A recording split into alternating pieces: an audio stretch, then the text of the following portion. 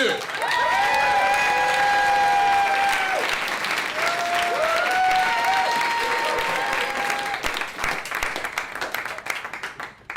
When people see me deal cards, they always ask me, oh, are you left-handed?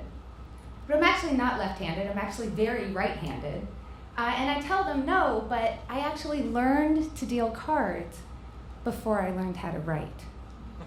Because cards were very much a part of my family. They were much a very part of how all of us related to each other. And you would walk into my house and there was a little hallway and then a stairwell that would go up that kind of divided these two sides of the house. And if you went over to the right, there was my father's study, my teetotaler professor, bearded father's study with the shag white carpet and the orange furniture and this little kitchenette in the back with a refrigerator that had our wacky packages stickers on it. And he was a beloved professor at this school, and he was very hardworking, but I could stop anytime I could get him to stop working anytime by sitting down on the floor of his study and playing cards.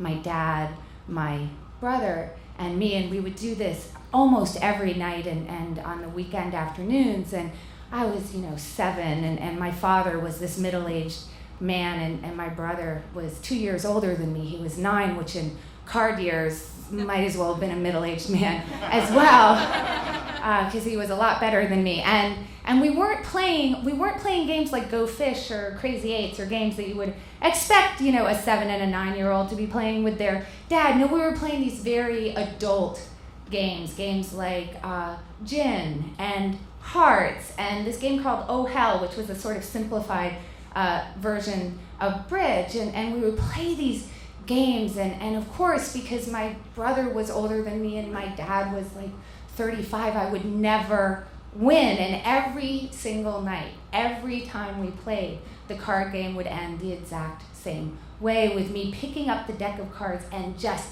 slinging it against the wall in tears, screaming tantrum and storming out of the room. And you would think if I was playing this much that at some point somebody would have given me a lesson about how to be a good loser, but not my father.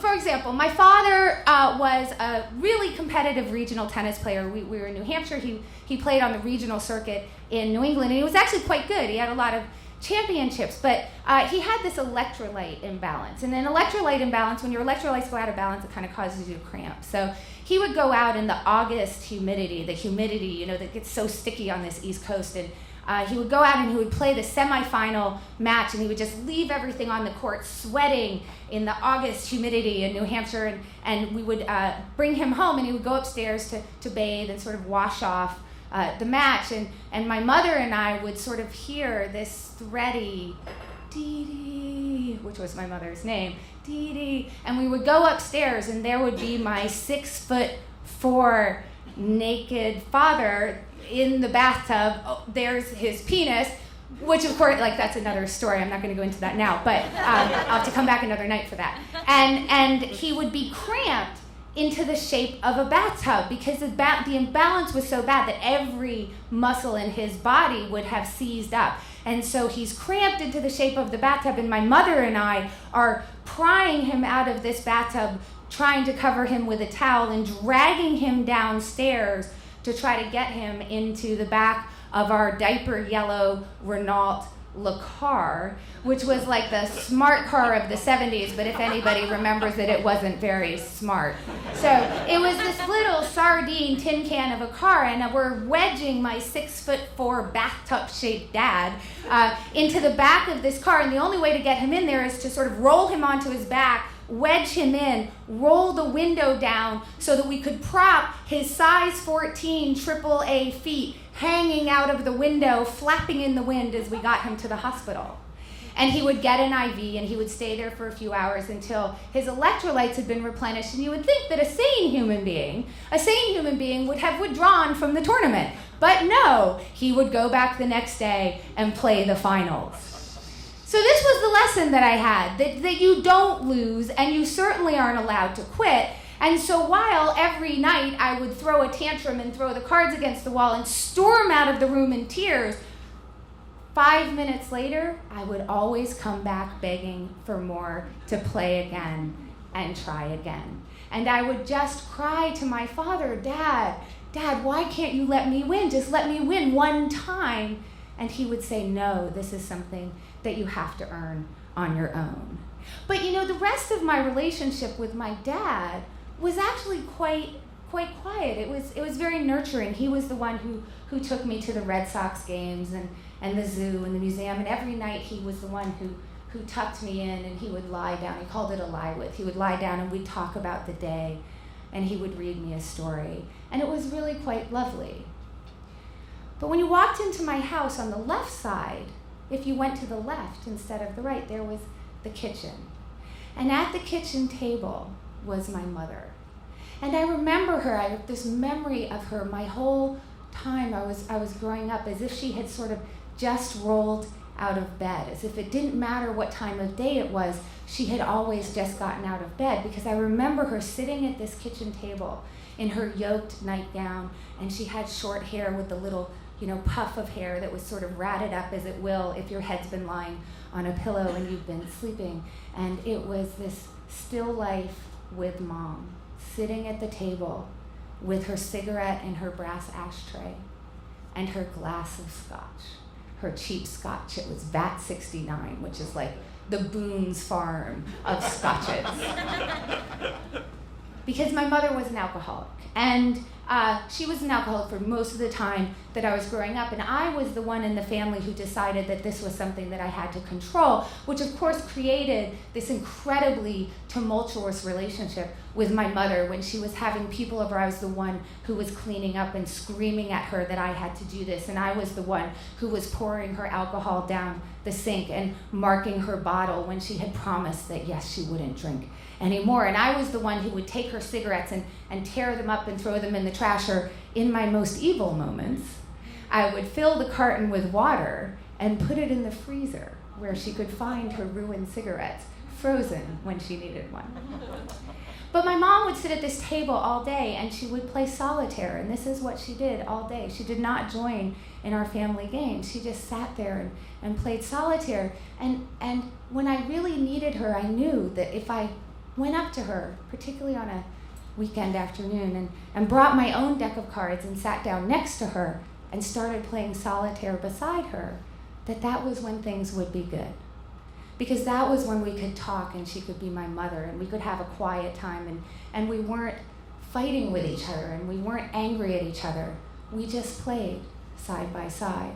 So it was this interesting contrast when I was growing up, where my relationship with my father, away from the cards, was actually quite quiet. It was quite nice. It was very nurturing. But when we were actually playing cards, it was very emotionally violent.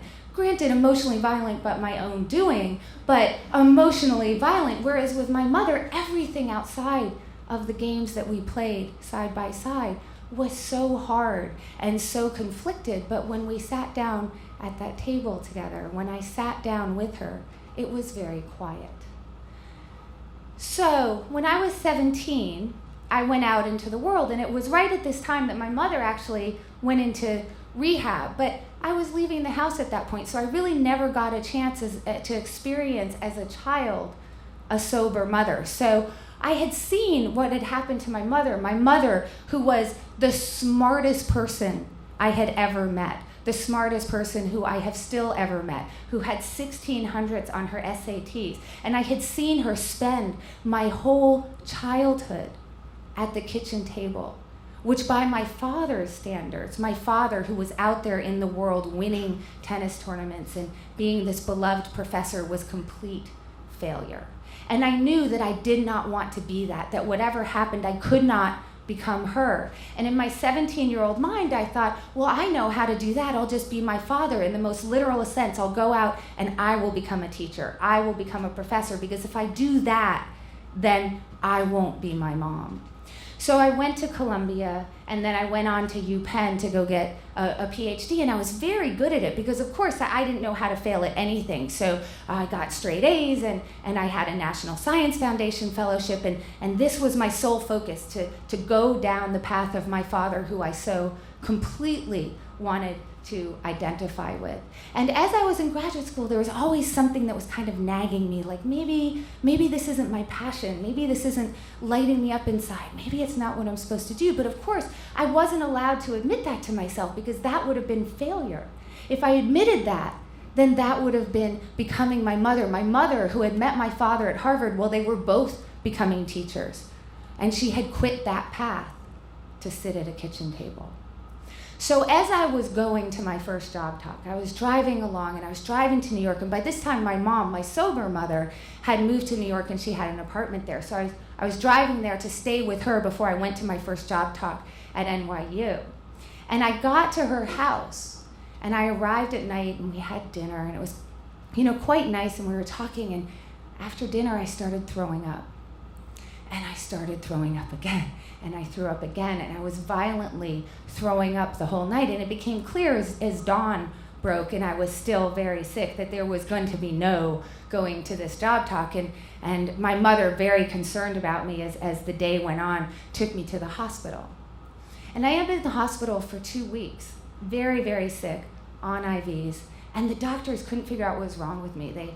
They kept trying to figure out what was physically wrong with me. But I knew somewhere inside that they were looking in the wrong place because I was actually just having a nervous breakdown. Because I didn't know how to walk away from this and I didn't know how to fail. And I think that somewhere inside of my mother, she saw what was happening to me. I think that she really understood that I was having that moment of crisis that perhaps she had when she was younger. And she saw that maybe she could direct me on a better path than she had gone. And she said something to me. She said, Annie, just because you're good at something doesn't mean you have to do it. But I didn't hear her. I didn't hear what she really meant by that because all I heard was, oh, that's just an excuse for the fact that you didn't do anything. That's all that is. So now I'm just sick. I obviously had to cancel all of my job talks. I'm too sick to go back to school. I don't know how my life has gotten so out of control. I've actually just gotten married. So the only place for me to go is to Montana, where my husband at the time had actually bought a house. So I end up in this little town called Columbus, Montana, 1,200 people, this half-Jew, liberal, Ivy League educated girl from the East Coast among ranchers and Republicans in, cow country, in this 1,200 person town in this house that had cost my husband $11,000, and boy, did I think he had gotten ripped off. It was made of chicken wire and stucco, and it had no foundation and no hot water, and the only way to turn the lights on was to grab a Frankenstein breaker in the kitchen and pull it down. So here I am now, I have no money, I've just run away from school, I can't figure out how my life has gotten here, and all I know is that I failed. I failed my father, I failed everything that I thought that I was going to be, and I called my brother up, I said, I don't know what to do, I have no money, I don't know what I'm going to do, and he said, there's some card games, there's some poker games in Billings, which is about 40 miles away. I'll teach you a little bit about the game, and maybe you could go play that while you're trying to figure all of this out and trying to figure out what you want to do. All right. So I get in my car, and I drive to Billings, and the game is in this bar in downtown Billings called the Crystal Lounge, which is as seedy as it sounds. And if you wanted to get drugs in Billings, that would have been a good place to go. And there was actually this guy, this pimp from Bed-Stuy. He had gotten there because he was actually escaping a murder charge, and his name was Ice Cream, and he had Jerry curl and like the magenta suit. Like, this was awesome. So I go into this seedy bar, and I asked where the game was, and they direct you to this little door in the back, and you go and you descend down these narrow stairs into the basement of the Crystal Lounge, and you enter the room and get hit in the face with the smoke, because of course it's Marlboro country. And I went in and I sit down, this 24-year-old girl among these old, middle-aged men, and I start to play cards. And in that moment, I realized it was like I was home. It was like I was on my dad's shag carpet playing with my father these very adult games, but now I was coming to it as an adult, and so I could win because, like my mother, I was smart, and I was smarter than they were, and now it was my chance to win. And when I sat down and I started playing, it was the first time. It was the first time that I actually felt peace. It was the first time in a long time that I wasn't afraid. And I realized that I had spent all of this time trying to make sure that I wasn't like my mother and I was just like my dad. But when I sat down at the poker table, that's when I made my way back to both of them.